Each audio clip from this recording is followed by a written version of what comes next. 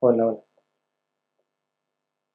Hermanos, estamos estudiando el Salmo 21 desde la semana pasada, así que los que se incorporaron hoy día voy a hacerle un resumen pero rapidísimo, porque hoy día vamos a ver la última parte de este Salmo 21. Quiero invitarles a abrir sus Biblias, por favor. Salmo 21.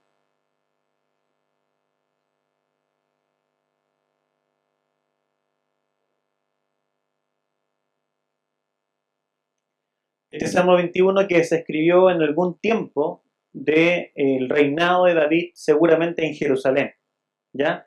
Lo sabemos porque está dirigido al director del coro, y el David de alguna forma instituyó, renovó el culto en Israel una vez que él se asienta en Jerusalén.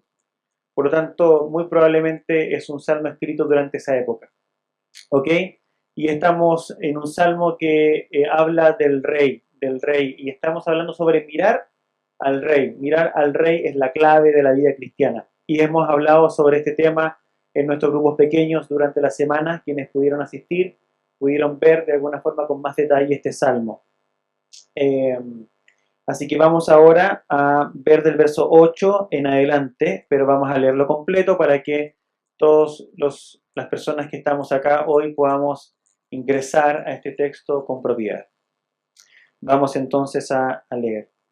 Eh, a mí me da sed, no sé si alguien me puede ayudar con tu agua, por favor. Mira, Fernando Mayor. Si no, duró 2 versículos predicando. Ya, vamos entonces a Salmo 21.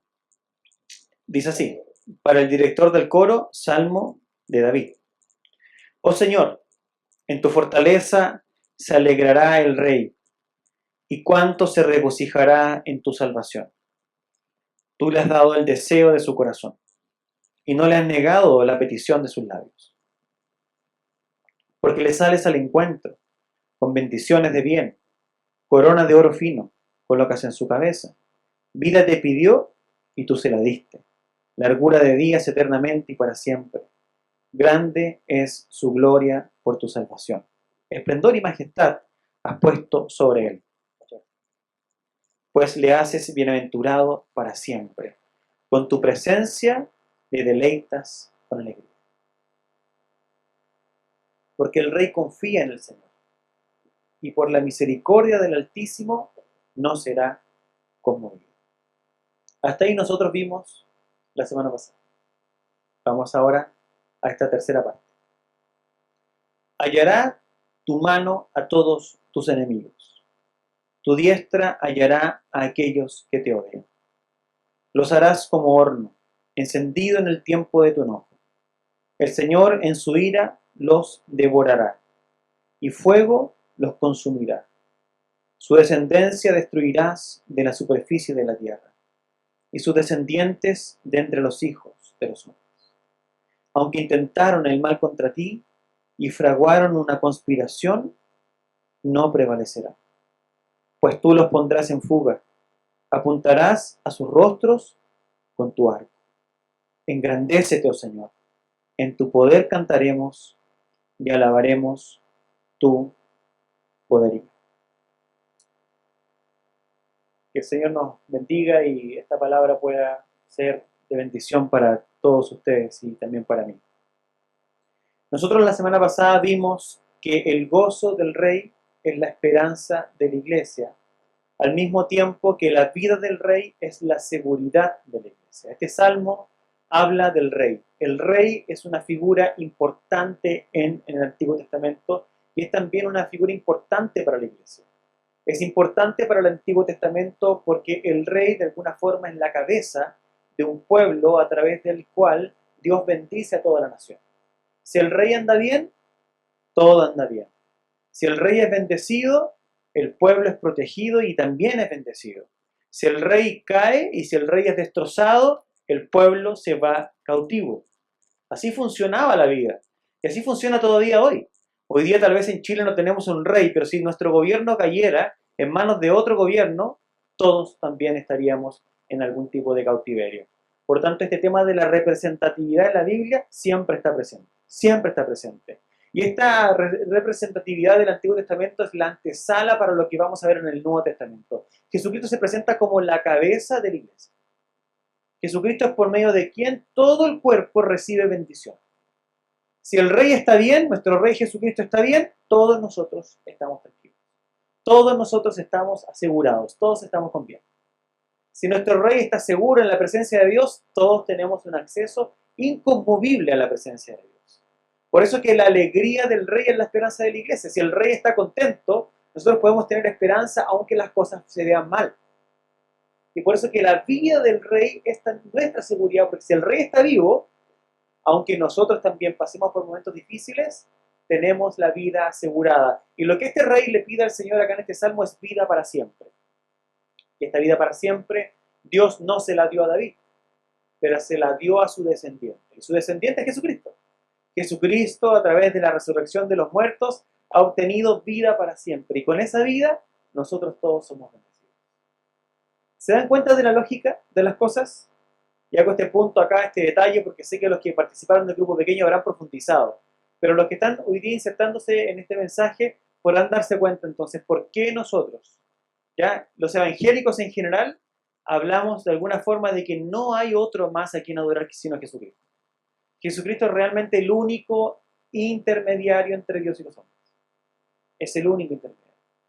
Y si tú quieres cuidar tu vida cristiana, tú debes congregarte en una iglesia en donde Jesucristo sea el cabeza, en donde Jesucristo sea reconocido y sea respetado de esa forma. Si se fijan en nuestros lugares de reunión, nosotros no nos preocupamos mucho de grandes símbolos, de que hayan imágenes de grandes cosas, ¿cierto? Ni en el templo que está ahí al lado donde nos reuníamos o acá. No hay grandes imágenes de cualquier cosa. Con suerte hay una cruz. ¿Por qué? Porque apuntamos a la supremacía de Cristo por sobre todas las cosas. Las iglesias no podemos distraer la vista de las personas.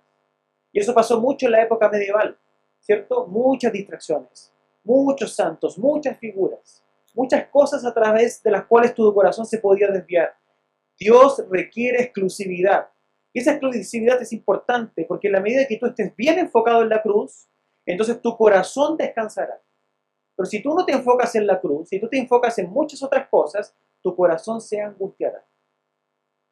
¿Se entiende, cierto? Perfecto, vamos a avanzar ahora en el texto. Entonces, la vez pasada vimos que el gozo del rey es la esperanza de la iglesia y que la vida del rey es la seguridad de la iglesia. ¿Y por qué el Salmo responde? Porque el rey fue oído, porque fue recibido con favor, porque fue vivificado y fue afirmado por la misericordia del Altísimo. Eso es lo que dice el texto. Pero entonces el Salmo deja una pregunta abierta. Si este rey fue oído y vive para siempre, ¿qué ocurre si alguien se levanta en contra de este rey? ¿Qué ocurre? Y aquí entramos en la última gran zona de este salmo que está desde el verso 8 en adelante. La historia del rey no pasa solo por gozo, no pasa solo por vida, pasa también por tres cosas. Por conspiración, por vindicación y por gloria, que son las cosas que vamos a ver hoy. El sermón de hoy se titula El rey que vence la noche. El rey que vence la noche. Conspiración, vindicación y gloria. El Salmo ahora nos obliga a mirar la noche que se levanta contra el rey, para enseñarnos que Jehová responde por su ungido y al mismo tiempo nos enseña cómo el pueblo atraviesa esa noche. Y la respuesta que este Salmo da, y ya se las adelanto, es que el pueblo atraviesa la noche adorando, adorando, adorando. Veamos rápidamente eso en el texto y vamos en detalle. Fíjense por favor en el verso 8 en adelante. En el verso 8 en adelante nosotros tenemos una conspiración. Miren los verbos que están en el texto. Los verbos son los siguientes. Se presentan enemigos, verso 8, enemigos que odian al rey. Tu diestra hallará a aquellos que te odian. Váyase al verso 11. Aunque intentaron el mal contra ti y fraguaron una conspiración. La conspiración está presente en este salmo. Hasta el verso número 7, las cosas van bien. Hay un rey que pide y Dios le responde. Hay un rey que se goza en la fuerza del Señor. No había nada de malo hasta ahí, digamos, hasta donde habíamos avanzado. Pero ahora fíjense el escenario cómo empieza a cambiar. Miren las circunstancias que empiezan a aparecer. Los enemigos empiezan a levantarse. Hay odio en contra del rey. ¿Qué más nos muestra el Salmo? Ya vamos a profundizar. Pero ¿qué más nos muestra el Salmo? Nos muestra que hay una vindicación. Porque al mismo tiempo que hay una conspiración, la mano del Señor se levanta a favor del rey. Y la mano del Señor aplasta a todos los adversarios. ¿Y cómo termina el texto? Eso ustedes lo pueden ver a propósito, versos 9, 10, 12, está aquí todo el tiempo lo que el Señor hace. También vamos a entrar en esos versículos. Pero quiero que tengan la visión general para que después cuando entremos ya sepan dónde estamos, ¿vale? Porque si parto muy detalladamente, después se me pierden de dónde estamos yendo. ¿Ok? Entonces ahí estamos. Segundo y tercero, fíjense cómo el texto termina. El último versículo, verso 12, dice, engrandécete, oh Señor, en tu poder, ¿cierto? Un pedido del pueblo. Cantaremos y alabaremos tu poder. Entonces lo que quiero que vean y que no perdamos la visión de esto, es que hay momentos oscuros en la vida del pueblo de Dios. El Señor da una promesa de vindicación, pero mientras tanto eso ocurre, ¿qué debe hacer el pueblo? Cantar. ¿Lo ven? ¿Qué hace? Todavía no entendemos las partes del texto, pero quiero que vean el flujo dramático y el desemboque del flujo dramático. El pueblo debe cantar. El pueblo cuando canta alimenta el corazón. El pueblo cuando canta alinea sus afectos. Porque cuando las cosas van mal, vamos a ver, cuando las cosas van mal, se pierde rápidamente la perspectiva. Cuando las cosas van mal, rápidamente el corazón titubea. Cuando las cosas van mal, empezamos a mirar no solo al rey, empezamos a mirar las circunstancias, empezamos a mirar los adversarios. Y Dios da una promesa, la promesa es, yo voy a actuar. Pero mientras tanto esa promesa se cumple, ¿cómo afirmas tu corazón? Y el Salmo dice, se afirma cantando. Por eso que cantar para el pueblo cristiano es tan importante. Por eso que a la iglesia que tú vayas, vas a encontrar himnos, canciones espirituales al Señor. Porque las canciones son el arma de guerra de la iglesia. Porque lo que está en juego en esta guerra es nuestro corazón. Lo que está en juego en esta guerra es nuestra fe. ¿Y cómo se alimenta la fe? Se alimenta cultivando la confianza en la palabra de Dios en el corazón. ¿Y qué es lo que la iglesia canta entonces? Las promesas de Dios en su palabra. Eso es lo que tú vas a ver en toda la Escritura. Ya, vamos ahora uno por uno. Perfecto. Entonces lo primero que nosotros vemos, vamos a verlo por capa. Es la capa textual. ¿Qué es lo que dice el texto? Y lo que dice el texto es lo siguiente. Dice el verso 8, tu mano alcanzará a todos tus enemigos, ¿cierto? O hallará tu mano a todos tus enemigos. Tu diestra alcanzará o hallará a los que te aborrecen porque intentaron el mal contra ti. Y después al final dice, fraguaron una conspiración, pero no prevalecerán. Y lo primero que el texto nos muestra entonces es que aquí no estamos frente a una oposición ligera. No es un simple desacuerdo con el rey. No es pensar distinto del rey. Aquí lo que hay en este texto y lo que se nos está mostrando con nombre y apellido es que hay enemigos.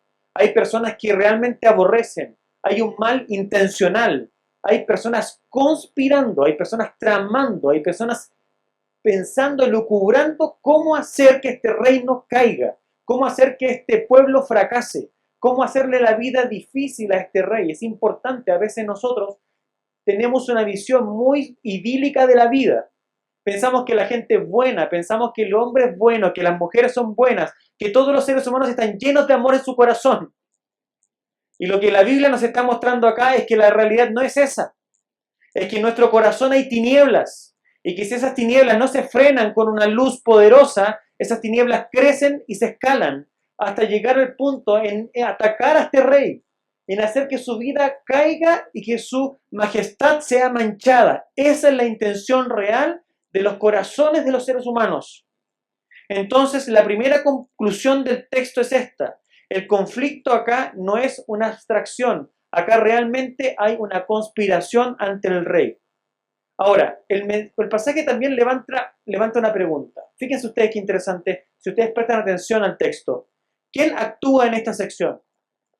¿Actúa el rey o actúa Jehová?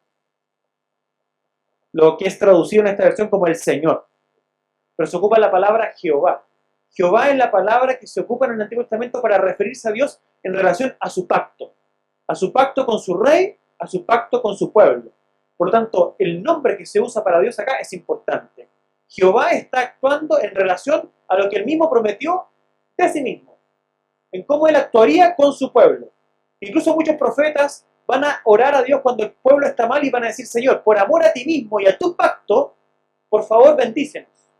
Esto es muy importante para nosotros. ¿Por qué? Porque el Señor en última instancia no persevera en nuestra vida porque nosotros seamos fieles. El Señor no persevera en nuestra vida porque nosotros seamos de lujo, porque nosotros vistamos bien, porque nosotros seamos grandes personas. Dios persevera en su relación con nosotros porque Él se hizo una promesa a sí mismo. Y esa promesa a sí mismo no puede caer. Por eso que entonces también dentro de las iglesias evangélicas nosotros vamos a decir, bueno, en una porción de ellas, hay que ser honestos, ¿ok? Ya, pero vamos a decir lo siguiente, que la salvación es imposible que se pierda. ¿Por qué? Porque la salvación nunca dependió ni dependerá de nosotros. La salvación es una promesa que Dios se hizo a sí mismo. Y cuando Dios nos promete la salvación es una garantía para nosotros. Ya ustedes van a empezar entonces a ver por qué somos capaces de atravesar la noche. Porque pesan sobre nosotros promesas a nuestro favor y nosotros no somos capaces de conseguir por nuestros méritos. ¿Y eso redunda en qué? En alegría y en canciones a nuestro Dios. Pero bueno, ¿quién actúa en esta sección? El rey es Jehová.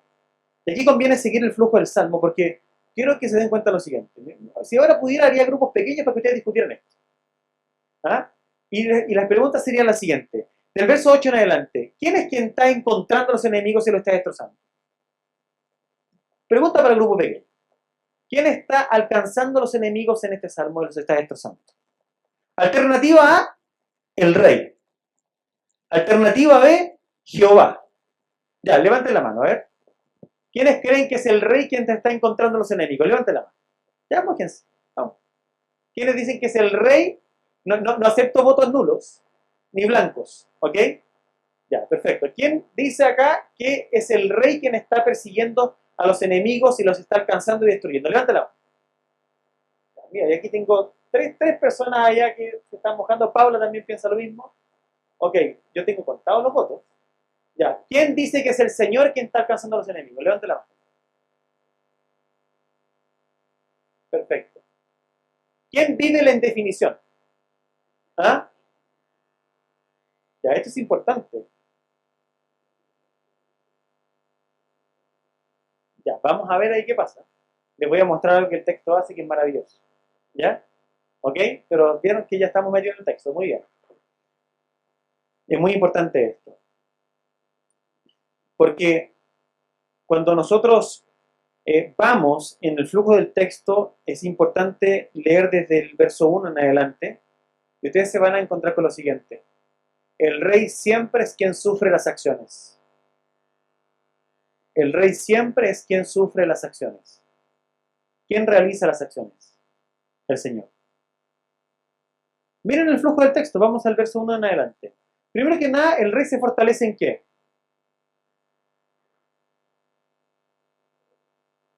Oh Señor, en tu fortaleza se alegra el rey. O sea, el rey se alegra en la fortaleza de un tercero. ¿Cuánto se regocija en tu salvación? Y lo que vamos a ver más adelante, el verso 8 en adelante, es que hay una opresión. Y en esa opresión el rey necesita salvación. ¿Cuánto el rey se regocija en tu salvación? ¿Dónde está el sujeto de la acción? Está en Jehová. Está en el Señor. Verso 2. Tú le has dado el deseo de su corazón. ¿Tú quién? El Señor. Cuando se habla de tú en el Salmo, estamos hablando del Señor. Tú, Señor. Tú, Señor, le sales al encuentro. Tú concedes los motivos de su corazón. Tú le respondes. Tú le das largura de día. Eres tú, Señor. Y ahora, ¿qué es lo que ocurre en el Salmo? Empiezan a aparecer los enemigos. Empieza a aparecer la opresión. ¿Y quién se levanta entonces a favor del rey? Es el Señor. Vamos allá. Hallará tu mano a todos tus enemigos. Tu diestra hallará a aquellos que te odian. Y esto es muy interesante, porque en el vínculo davídico del pacto, quien se levanta en contra del rey, se levanta en contra del Señor. Quien se levanta en contra del rey, se levanta en contra del... Estamos siguiendo, ¿no? Se levanta en contra del Señor. Y eso es muy clave, porque cuando David tiene un conflicto con Saúl, ustedes saben que David, aunque Saúl no viviera dignamente como un rey, David no tenía coraje de tocar a Saúl. ¿Por qué? Porque era el ungido de Jehová. De alguna forma David respetaba la institución. Dice, yo a este tipo no lo toco, aunque sea un tipo pecador, un tipo lleno de ira, un tipo asesino. Yo a este tipo no lo toco. ¿Por qué? Porque el Señor ha puesto su nombre sobre él. Entonces cuando tú te metes con el rey que Dios ha instituido en su pueblo, tú te metes con el Dios de ese pueblo y con el Dios que ha establecido un pacto con ese rey. Y eso es lo que está pasando acá. Por eso es que este rey sale al encuentro y va y encuentra, perdón, es el Señor que lo hace en favor de este rey. Y dice, los harás como horno encendido en el tiempo de tu enojo. El Señor en su ira los devorará. Fíjense ustedes que el enojo, en tu enojo, no es el enojo del rey, es el enojo del Señor que se levanta para devorar y para abrazarlos como el fuego, ¿cierto? En un horno encendido. Su descendencia, la de estas personas que persiguen y que traman, destruirás de la superficie de la tierra, y sus descendientes de entre los hijos de los hombres, aunque intentaron el mal contra ti, y aquí la cosa se empieza a escalar. Pero vamos por partes. Entonces, el rey es el centro representativo del Salmo, pero Jehová es el actor dominante del Salmo. El rey es por quien fluye la acción, pero Jehová es el actor dominante. Por eso termina el Salmo, engrandécete, oh Señor. Es decir, el desenlace no es solo derrota de enemigos, sino la gloria dada a Jehová y este canto del pueblo. El pasaje describe una conspiración real en contra del rey, pero muestra que Jehová sigue siendo el actor dominante y que el desenlace desemboca en la gloria de Dios y en el canto del pueblo. Y ahora es muy interesante porque cuando tú vas a la vida de David, tú te das cuenta de que él efectivamente conoció lo que es la conspiración o lo que fue la conspiración. No sé si ustedes conocen la vida de David en detalle, pero hay dos episodios que quiero llamar la atención rápidamente. Uno de esos episodios es lo que pasó con la gente que vivía en Sif, en el desierto de Sif. ¿Quién se recuerda esa historia? Es que ustedes se lean mucho la Biblia. ¿Ah? Si a la visita les digo que vengan para acá porque van a aprender mucho de la Biblia. ¿Ah? ¿Ah? Se olvidaron de la gente del desierto de Sif. Hubo un tiempo en donde Saúl estaba, digamos, persiguiendo a David fuertemente. Recuerden que Saúl quería su vida, quería tomar su vida. Y entonces David está huyendo, ¿cierto?, de Saúl y se esconde, huye al desierto y se esconde, ya voy a hacer muy resumida la historia, se esconde en el desierto de Sif y los sifeos, ¿ok? Sabiendo que David estaba escondido y Saúl lo andaba buscando, los sifeos se acercan al rey Saúl para contarle dónde está David para que él lo pueda tomar preso. ¿Ok? David contaba con aliados, pero también contaba con enemigos. Y estos enemigos no les agradaba a David. Ellos querían asociarse con Saúl, era la persona que estaba en el poder, y entonces los sifeos van y traman esto para que David pueda ser alcanzado. Entonces David desde niño, desde muy joven, sabía lo que era una conspiración en su contra. Pero eso no se queda allí, los tiempos pasan, ¿ok? David hizo cosas positivas, hizo cosas negativas. Los años pasan, él se corona como rey en Hebrón, luego en Jerusalén. Los años siguen pasando, él peca contra el Señor, adultera con Betsabé y mata a su esposo. Y entonces empieza un complot dentro de su propia casa y también dentro de su propio reino con sus consejeros. Y había un consejero que se llamaba Ahitofel. ¿Se acuerdan de Ahitofel? ¿Sí? ¿Ahí sí o no? Ya, ese está más conocido, perfecto. Sí, estaba muy, parecía como desengrasante. Ya, no, el Ahitofel ahora. Ahitofel era el consejero del rey, ¿ok? Y era como su mano derecha. Ahitofel realmente tenía una palabra para David de consejo que David lo estimaba como si viniera del propio Dios. Era una persona muy cercana. No sé si ustedes han sido traicionados por gente cercana. Ya no, creo que levanten la mano, ¿ok? ¿Ya? Pero es una persona muy cercana a David. Y entonces Absalón está tramando quitarle el reino a David y él se quiere proclamar rey en Hebrón. ¿Se acuerdan de esa parte, cierto? Perfecto. Y cuando intenta hacer toda esa conspiración, ¿quién lo ayuda? Ahitofel. Y Ahitofel conspira contra el rey. Y esa conspiración termina con David en el desierto huyendo. Bueno, spoiler, Ahitofel se mata después. ¿Ok? Se mata por la situación que él genera. La mano del Señor pesa sobre su vida. ¿Vale? Pero David termina en el desierto. Lo que quiero decir es lo siguiente. David sabe lo que está escribiendo. David entiende lo que es el rey con enemigos que son reales. No son enemigos hipotéticos. Y eso es lo que está pasando acá. Entonces Absalón conspira contra su propio padre. Su propio hijo conspira. Ahitofel va atrás de él. Y el reino entra en crisis. ¿Y saben cómo termina ese texto? Que está allá en 2 Samuel capítulo 15 y capítulo 17. David huye llorando. David huye llorando. Su corazón está roto. David está en la noche de su vida. Quiero que por favor entremos en eso. David está en la noche de su vida. Se siente triste, se siente abandonado, siente que las personas en las cuales debiese confiar lo han traicionado. Se siente humanamente solo, desprovisto. Así está David. Entonces David no canta, no escribe esta canción desde una teoría. Él conoció la persecución. Él sabe lo que es la traición. Él supo lo que es la falsa lealtad. Él sabe lo que es un consejo perverso. Entonces la noche contra el rey David es real. Pero aquí es donde tenemos que dar un paso más allá. Porque David no era cualquier hombre. Dentro de lo que hemos denominado la economía del pacto, es decir, la forma en que Dios administra su gracia y la forma en que Él quiere que se gobierne su pueblo, ¿cierto? Él era el ungido del Señor. Por eso la oposición a David, la oposición al rey, no podía leerse solamente en clave política, sino que aquí hay una clave espiritual. ¿Ok? Y este punto lo aclara de manera decisiva otro salmo que escribió David, que es el Salmo número 2. Y necesitamos retomar el Salmo 2. Vayan al Salmo 2, por favor. Dice el Salmo 2 lo siguiente: se levantaron los reyes de la tierra y los gobernantes tramaron unidos contra el Señor y contra su ungido. Contra el Señor y contra su ungido. De alguna forma, y aquí empieza a pasar lo que ya estamos acostumbrados a ver en David, la experiencia personal de David empieza a escalar a un punto en donde se empieza a rozar con este Mesías, ¿cierto? Con este descendiente de David que le fue prometido a David, el cual regiría a las naciones con un cetro de hierro, de hierro. Por lo tanto, está acá ocurriendo. Y la escritura establece una lógica de fondo. Levantarse contra el ungido es levantarse contra Jehová. Y además la respuesta de Dios, fíjense cómo es la respuesta de Dios. Acá Dios no está atemorizado, Dios no está ansioso, sino que lo que ocurre en este Salmo 2 es que Dios le responde a este rey entronizándolo. Y miren lo que dice el verso 6 del Salmo 2.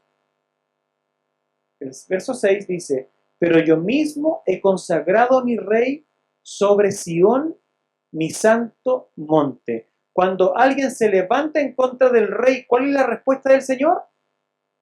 Devolverle el trono.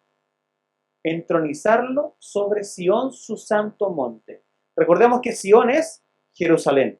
¿Ok? Y en una lectura desde el Nuevo Testamento, Sión es la iglesia. La iglesia.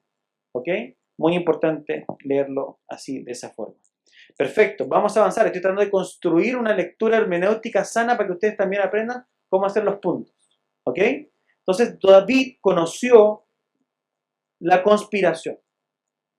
Pero ya dentro del pacto, davídico, la oposición al ungido no era meramente política, era una resistencia al orden de Dios y a la causa del rey que él mismo había establecido.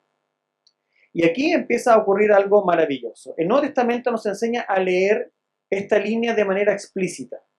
El Salmo número 2, ¿cierto? ¿Quién interpreta el Salmo número 2? Cuando le predicamos el Salmo número 2, la iglesia. La iglesia en el libro de Hechos. Y aquí vamos a empezar a escalar y quiero mostrarles cómo el Nuevo Testamento empieza a funcionar y cómo el propio Salmo 21 empieza a gritar que leamos de otra forma. ¿Qué es lo que dice Hechos 4:27 cuando la iglesia toma estos textos bíblicos? ¿Cierto? Dice lo siguiente, porque en verdad en esta ciudad que es Sion, que es Jerusalén, se unieron tanto Herodes como Poncio Pilatos, junto con los gentiles y los pueblos de Israel, contra tu santo siervo Jesús, a quien tú ungiste. Fíjense qué importante, lo mismo que pasa con David, con esta trama de Ahitofel y otros más que intentan conspirar en contra de su reinado, está viviéndolo ahora quien realmente encarna este Salmo 2, quien encarna el Salmo 21, van a ver después el Salmo 88 y otros salmos más, quien encarna realmente que es ahora el ungido de Jehová, que es Jesucristo. Se levantan en contra de él en su ciudad, las naciones traman cosas vanas. ¿Cómo responde Dios? Entronizándolo. ¿Perfecto? Es decir, la gran conspiración contra el ungido alcanza su clímax, ¿dónde? Lo alcanza en Jesús. Lo alcanza en Jesús. Y Lucas 22 deja ver la maquinación concreta. Dice Lucas lo siguiente, y los principales sacerdotes y los escribas buscaban cómo darle muerte. Es como que, nosotros no creemos en la reencarnación, ¿eh? Pero es como si estuviera Ahitofel ahí de nuevo, de alguna forma tramando en contra de este ungido. Entonces Satanás, dice el texto, entra en Judas. Eso está en Lucas 22, versos 2 al 6. Judas o Satanás entra en Judas y fue y habló con los principales sacerdotes de cómo se le entregaría. Fíjense ustedes la trama que está en el texto.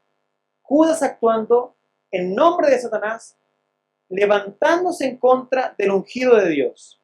Y entonces podemos decir con tranquilidad bíblica lo siguiente, que la traición y la conspiración que David conoció en figura encuentran su concentración más oscura en la pasión de Cristo.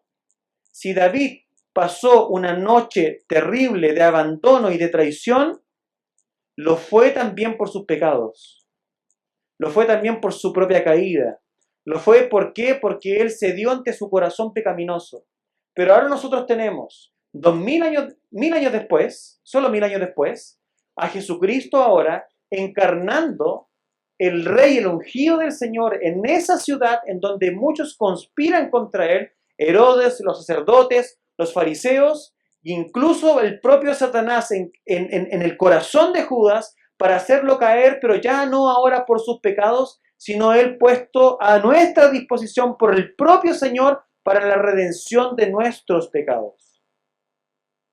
Pero ahí no termina el movimiento, porque el Salmo nos obliga a preguntar, si la conspiración alcanza incluso al Hijo, ¿quién responde por el Hijo? ¿Quién responde por el Hijo? Y aquí aparece la gran respuesta bíblica. Jehová, el Señor, es quien vindica al ungido. Y Pablo lo resume de esta forma. Mira lo que dice Pablo. En Romanos capítulo 1. Fue declarado Hijo de Dios con poder. Este descendiente de David, que es Jesús, fue vindicado por Dios con poder.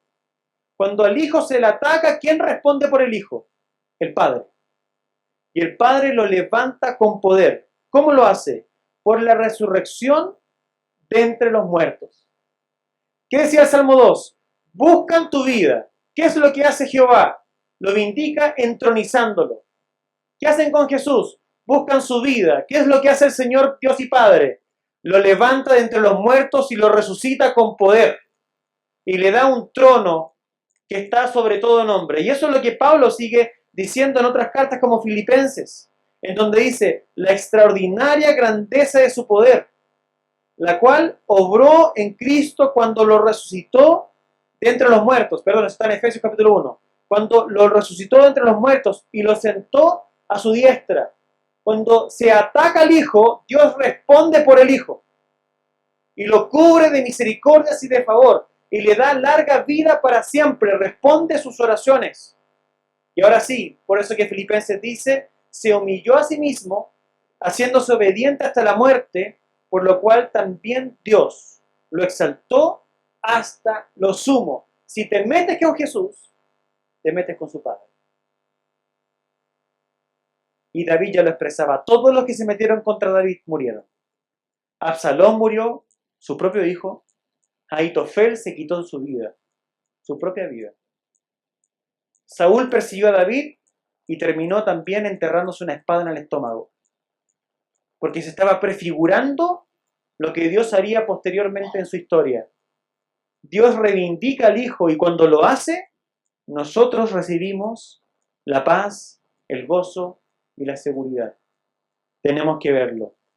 Entonces el corazón cristológico de este pasaje es este. La peor conspiración contra el rey ya ocurrió y Jehová le respondió con resurrección y con exaltación. Quiero repetir esto, porque el momento más terrible de la historia no va a ocurrir. El momento más horrible de la historia ya ocurrió. El momento más horrible de la historia no es cuando lleven a la iglesia cautiva. El momento más horrible de la historia no es la Tercera Guerra Mundial. El momento más horrible de la historia fue cuando a Jesucristo, el Santo, el Justo, lo tomaron y lo trataron como un pecador. Y lo crucificaron en una cruz. Y lo bofetearon y le escupieron. Ese es el momento más terrible de la historia. Y en ese momento más terrible de la historia, Dios respondió con vindicación, con resurrección y con poder. Si eso ocurrió en favor del Hijo, que es nuestro Rey, nosotros somos un pueblo victorioso. Tú eres una iglesia victoriosa. Tú eres una persona que tiene un futuro espléndido por delante. Y no espléndido porque vas a tener mucho dinero. No es espléndido porque ningún mal te alcanzará en esta tierra. Porque incluso contra David confabularon, con razón, incluso contra el Hijo de Dios que no tenía pecado. Nuestra victoria, ¿dónde está? En que si Jesucristo resucitó entre los muertos, su iglesia también.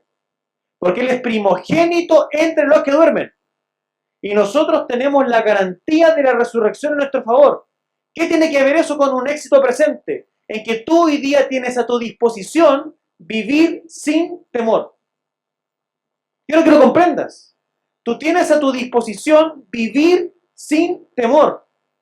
Porque lo que atemoriza el corazón del hombre es la muerte. Y la muerte ya no es una amenaza para los hijos de Dios. Porque en nosotros ha depositado la vida. La vida.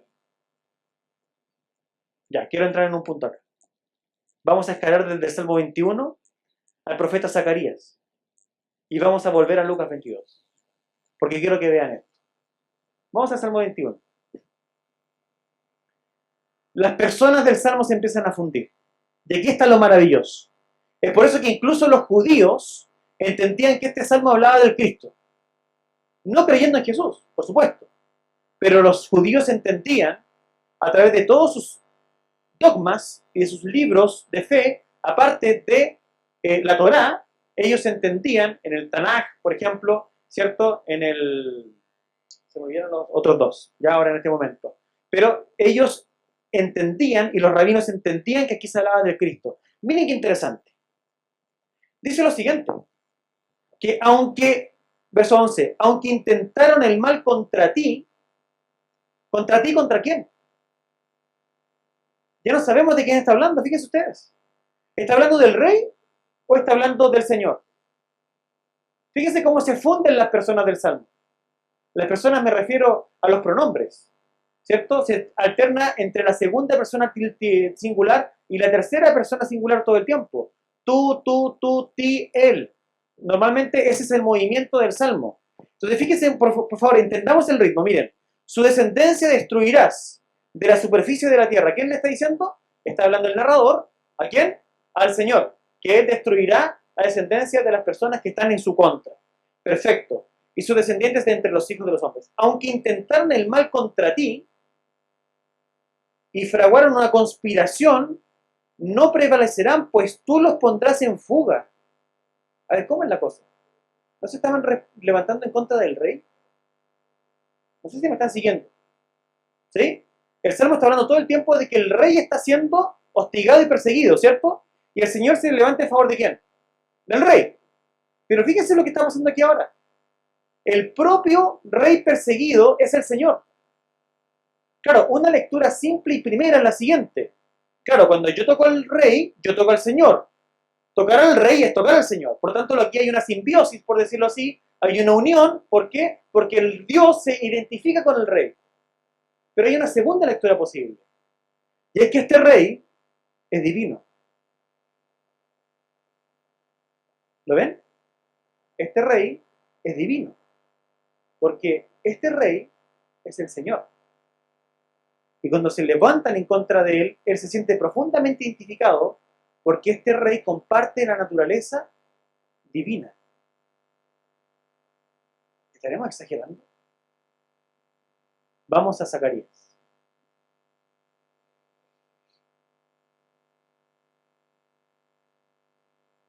Zacarías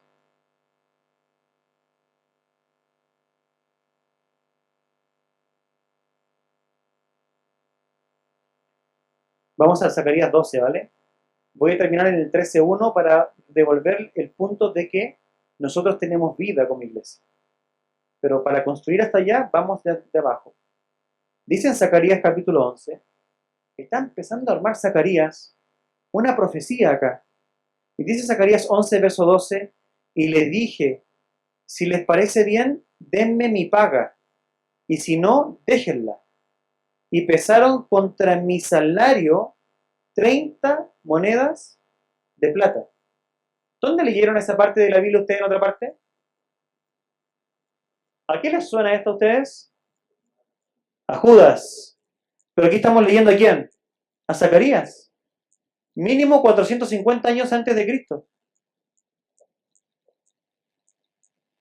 Mínimo 450 años antes de Cristo.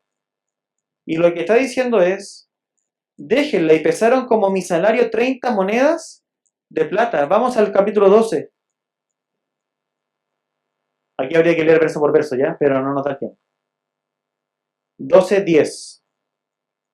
Y derramaré sobre la casa de David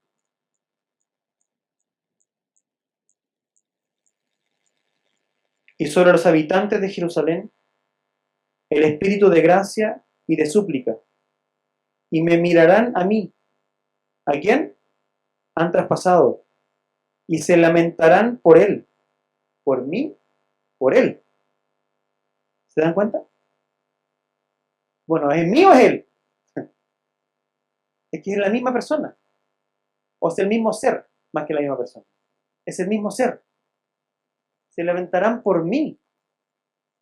¿A quién han traspasado? Y se lamentarán por él, como quien se lamenta por un hijo único, y llorarán por él como se llora por un primogénito.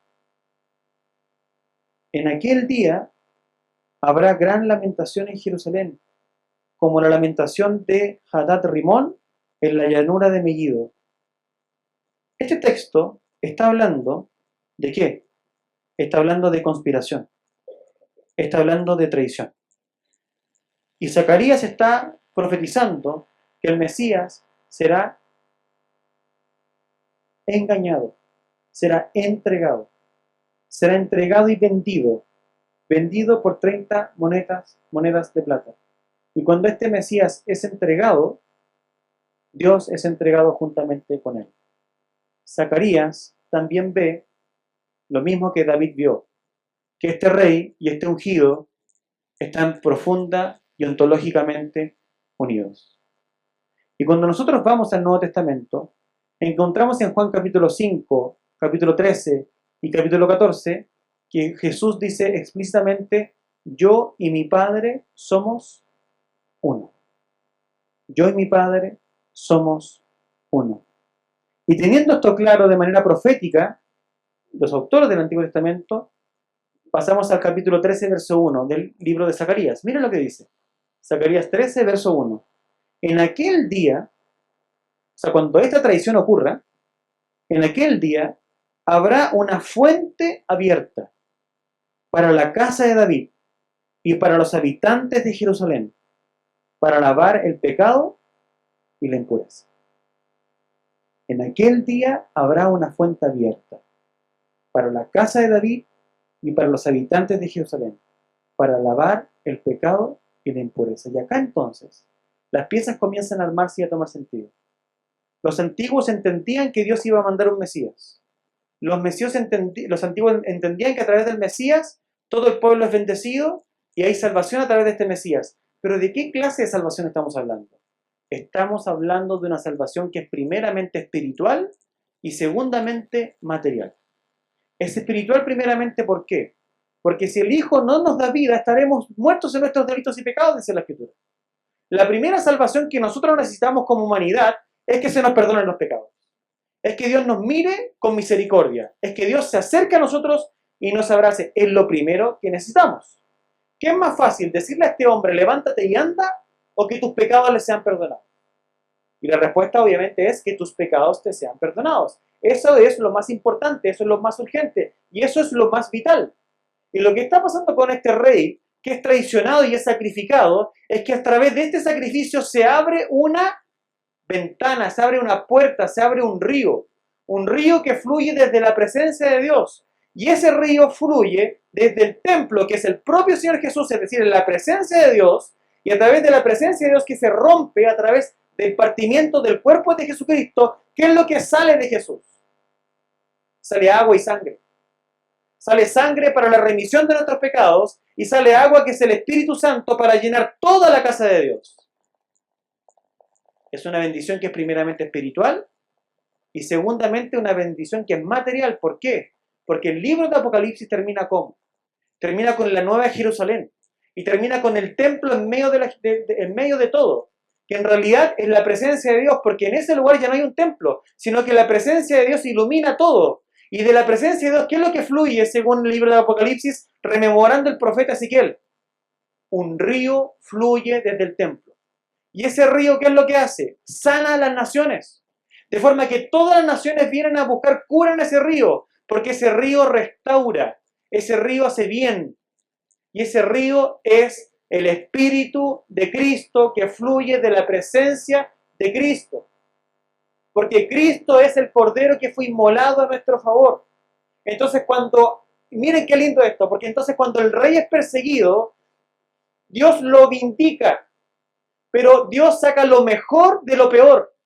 ¿Qué es lo peor? Es la traición. Lo peor es la persecución. ¿Qué es lo peor? La blasfemia en contra del Hijo. ¿Y qué es lo que Dios Padre hace a través de esa maquinación? Saca lo mejor, y lo mejor es Él mismo. ¿Y a quién se lo regala? Se lo regala a su iglesia. Nosotros tenemos lo mejor de Dios, y lo mejor de Dios es Dios. Es Dios.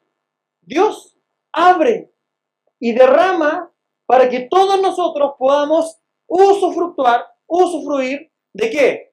Del perdón, de lavar el pecado y la impureza. Zacarías 13:1. Entonces, por eso, ¿qué cosa pasa acá en el Salmo 21? El pueblo puede cantar. Y nosotros vemos en todo el Nuevo Testamento que estamos llenos de amenazas. Y con esto voy a terminar. El apóstol Juan dice en su primera carta y en su segunda carta que hay muchos hijitos, hay muchos anticristos en el mundo. Pablo habla en 2 Tesalonicenses que llegará un momento en donde se aparecerá el hombre de pecado. Apocalipsis dice que no solamente hay un espíritu del anticristo y de un falso profeta que está en el mundo dominando y engañando, sino que al mismo tiempo esos espíritus se transformarán en personas y que habrán personas, materialmente hablando, una persona que se le llamará el anticristo y otra persona el falso profeta, y estas personas engañarán a las naciones, engañarán incluso en algunos casos hasta a los escogidos. Eso lo dice el texto bíblico. Es decir, vienen momentos en donde la noche se va a poner espesa, vienen momentos en donde la noche se pone oscura. Pero ¿cuál es la garantía de la iglesia? El momento más oscuro ya ocurrió El Señor triunfó sobre ese momento y nosotros que somos la iglesia estamos escondidos en Cristo Jesús y ningún mal nos tocará. Eso es tremendamente importante. Tremendamente importante. Y nosotros debemos cantarle a Dios en nuestro corazón, aunque atravesemos por momentos de noche oscura. Este salmo nos invita a mirar al Rey. Este salmo nos invita a entender que si el Rey está contento, nosotros tenemos esperanza. Este salmo nos invita a entender que si el Rey tiene vida, nosotros tenemos seguridad. Y este salmo nos invita a entender que si el Rey es victorioso, nosotros podemos cantar. El texto tiene un sentido espiritual y un sentido material. El sentido espiritual, el perdón de nuestros pecados ahora ya. El sentido material, cuando la noche se ponga oscura, Jesucristo aparecerá entre las nubes y renovará los cielos y la tierra. Y nosotros adquiriremos nuevos cuerpos restaurados, cuerpos resucitados, cuerpos glorificados. Esa es la esperanza del cristiano. Por eso no teman a aquel que puede destruir el cuerpo, sino teman a quien puede destruir el alma en el infierno. Porque nuestra esperanza está en el Señor y nosotros no debemos nada que temer. Hermanos, necesitamos predicarnos este evangelio en nuestro corazón para que seamos nuevamente, se los digo, totalmente libres. Y para que podamos servir al Señor con alegría, para que podamos servir al Señor con regocijo. Muchas veces en nuestra vida somos atacados.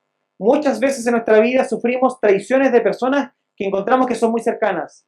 A veces en la vida aprieta porque la economía no anda bien.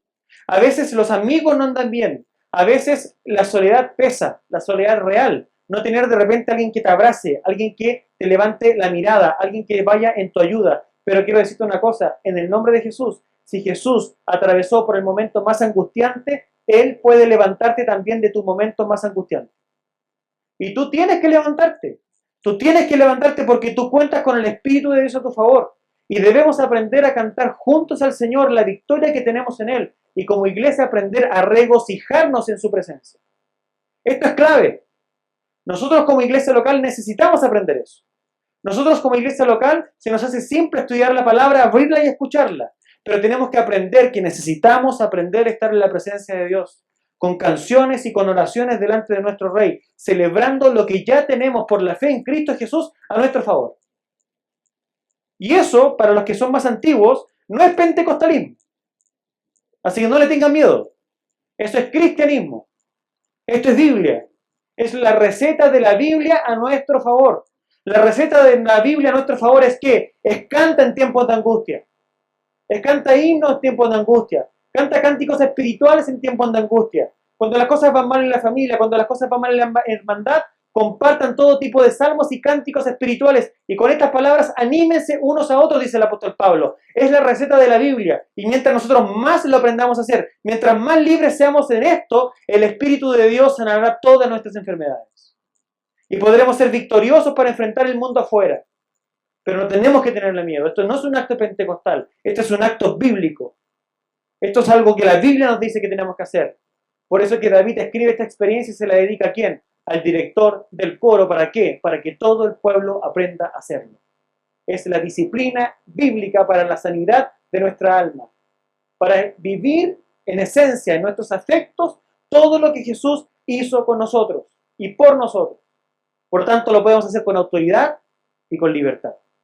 Para la gloria de Dios, lo podemos hacer. Miremos al Rey. En el Rey está nuestra salvación. Vamos a orar. Señor, queremos darte gracias por este salmo tan maravilloso que tú inspiraste, Señor, a través de la vida de tu siervo David. Un salmo escrito con sangre, un salmo escrito con aflicción, un salmo escrito, Señor, como un efecto de una vida que también vivió la opresión, que vivió la persecución, que vivió el abandono, que vivió la traición. Señor, tú usaste la vida de tu siervo para prefigurar lo que acontecería con tu más grande siervo, tu propio Hijo Jesucristo, quien se encarnó, Señor, en la historia y quien, siendo un hombre perfecto, padeció la muerte y la traición. Pero tú lo vindicaste y lo levantaste y lo resucitaste al tercer día. y nosotros esperamos en este Rey. Él es nuestro Rey y en Él queremos confiar, en Él queremos cantar, en Él queremos regocijarnos, porque allí está nuestra vida escondida en Cristo Jesús. Y te queremos aprender a darte la gloria siempre. En el nombre de Jesús. Amén.